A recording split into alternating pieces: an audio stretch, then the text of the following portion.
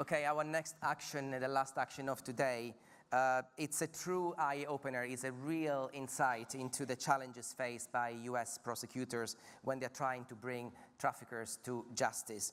The challenges are many: silos, lack of understanding, and a system that's simply not set up to speed. The good news, though, is that a solution might be in reach, and presenting our next action is Rochelle Keyhan, the founder of Collective Liberty.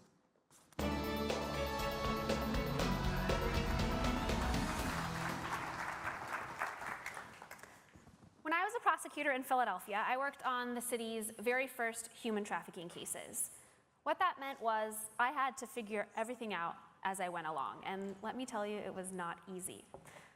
One particularly complicated case that came across my desk involved a trafficker who preyed on a 12-year-old girl who had run away from foster care. He waited until the cold of winter to start trafficking her in exchange for a warm place to sleep. And that whole case made me realize that the system could and should be so much better. So when the case came across my desk, she was the only witness, but I knew based on the other cases I had seen in the news that there had to be more, so I researched. And amazingly, I found 4 other arrests in his history involving trafficking-related activity.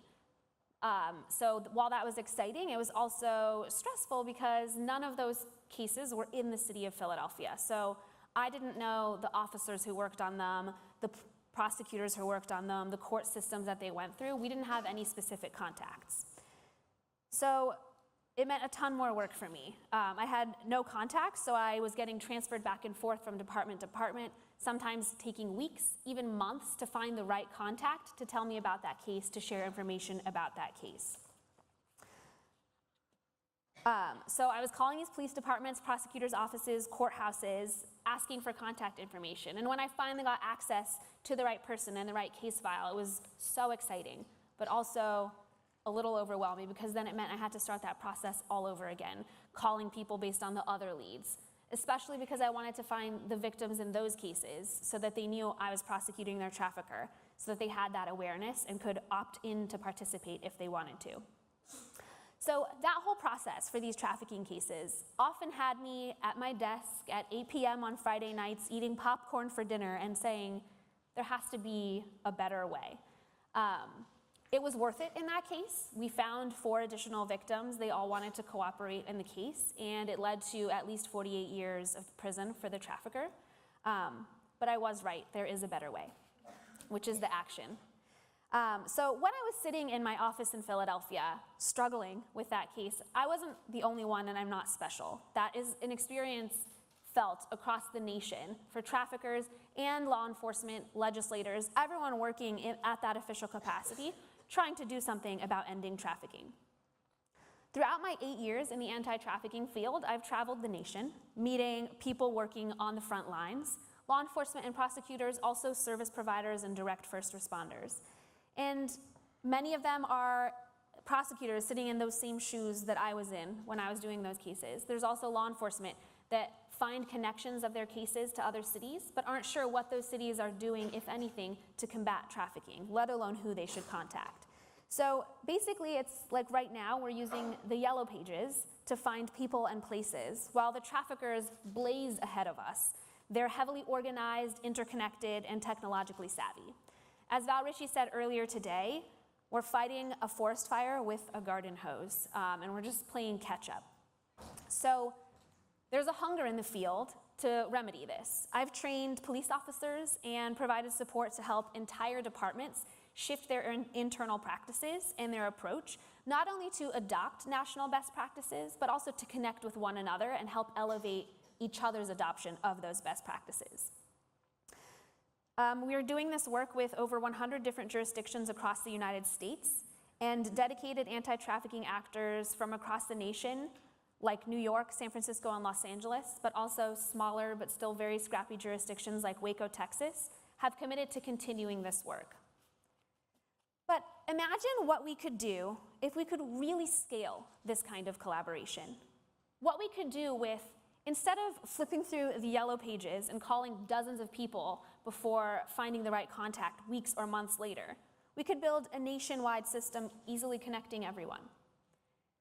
Imagine a secure digital platform that a prosecutor looking for case files can log into and, with just a few clicks, find the contact in the next town over working on these same cases, or in the next state or states across the country, finding them within minutes, not weeks.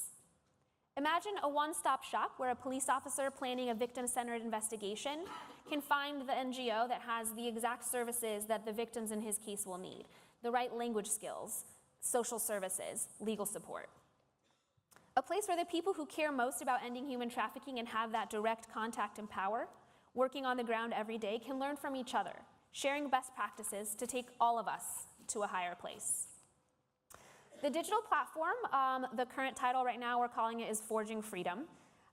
This type of platform is sort of the holy grail solution that even federal agencies like the FBI are attempting to find. What the field needs is someone to take the lead and pilot this initiative, pilot this platform and perfect it so that it can be scaled, not only in the US, but partners that we've talked to across the Americas and the UK are also asking for this type of facilitated collaboration. So while I've spent years building the kind of connections that will help get us to that place, I need help. I can't do it alone. So in order to scale the Forging Freedom platform, Collective Liberty will need primarily three things. The first is we need individuals and organizations at the local and national level to join our network. By using our digital platform to bridge time zones, cultures, languages, and more, they will build connections with their peers invested in ending human trafficking, advancing the field's ability to apply pressure on traffickers. Financial support is also necessary to help us strengthen and scale our work. The strongest support that we can provide our partners, both in person and on this platform, involves nuanced trainings from local experts in the field and identifies best practices by finding them, but also through utilizing case studies to really elevate the experts in the field and those best practices. This requires dedicated staff who have experience working within the systems we're trying to change, who can help those local actors change their own systems from within. Finally, we know our platform has to be incredibly secure so that our partners will trust it. So we need pro bono technical and legal support to advise us on platform security in compliance with cybersecurity best practices. So please join us in connecting and uniting the field.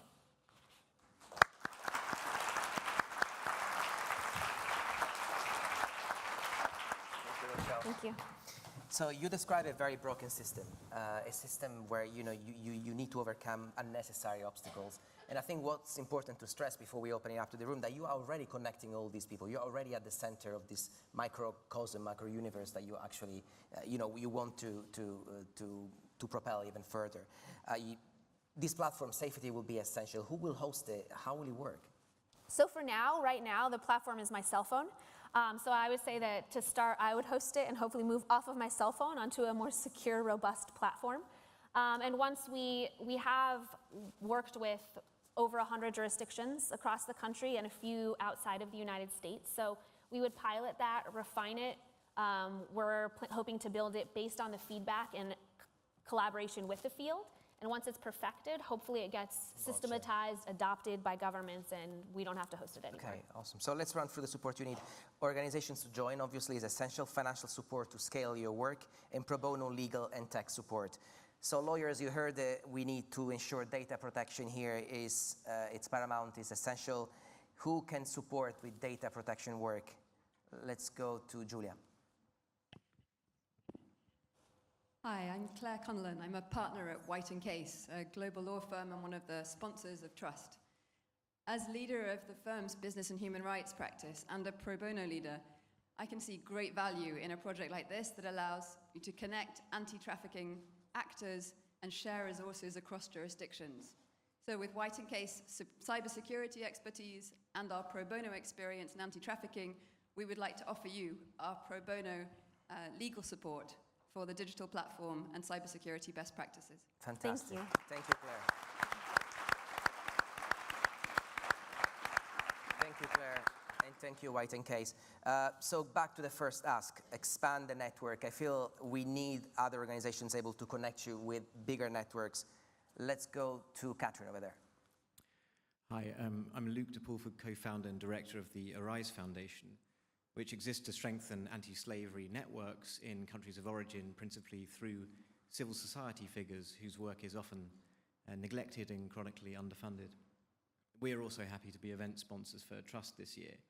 Rochelle, I want to congratulate you for your focus on networks. It's a crucially overlooked aspect of this work. And in this movement, a lot of lip service is paid to networks.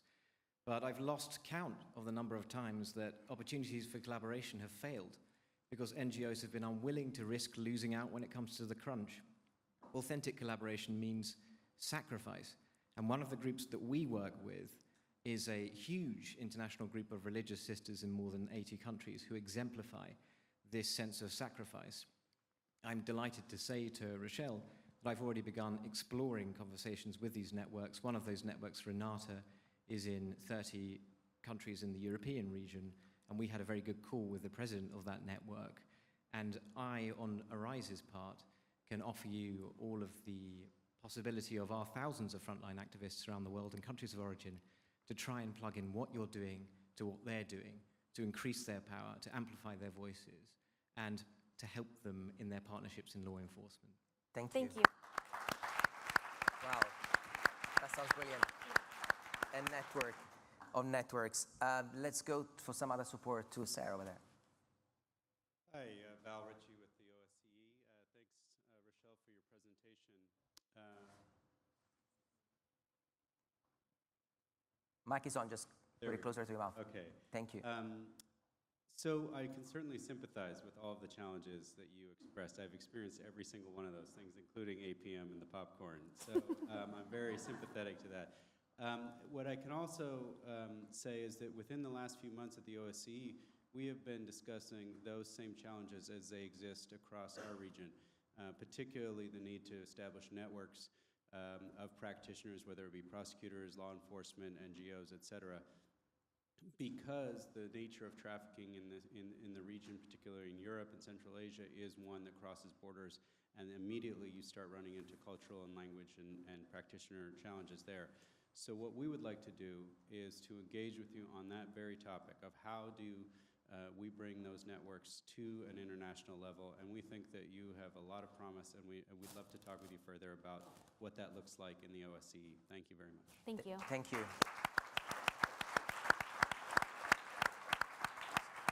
Julia over there. Hi, Rochelle. I'm Neil Giles. I bored everybody earlier when I was on the panel. Stop the Traffic are a global network with some good ideas and some best practice, I hope. And we major in the prevention arena. We think that would be a great partnership, and we truly believe that consolidation of our sector is the only sustainable way forward. So happy to be consolidated. Thank you. Thank you, Stop the Traffic. A couple of more minutes. Let's go to Catherine. Hi, I represent an NGO from Bosnia and Herzegovina, NGO with almost 20 years of experience working in a country which was first country of transit and destination, and who evolved to become a predominantly country of origin of victims of trafficking. So we have huge experience in working in shelter for victims of sexual exploitation, running a helpline and counseling center. So we would be more than happy to help you with anything you might need from us. Fantastic. Support from Serbia as well.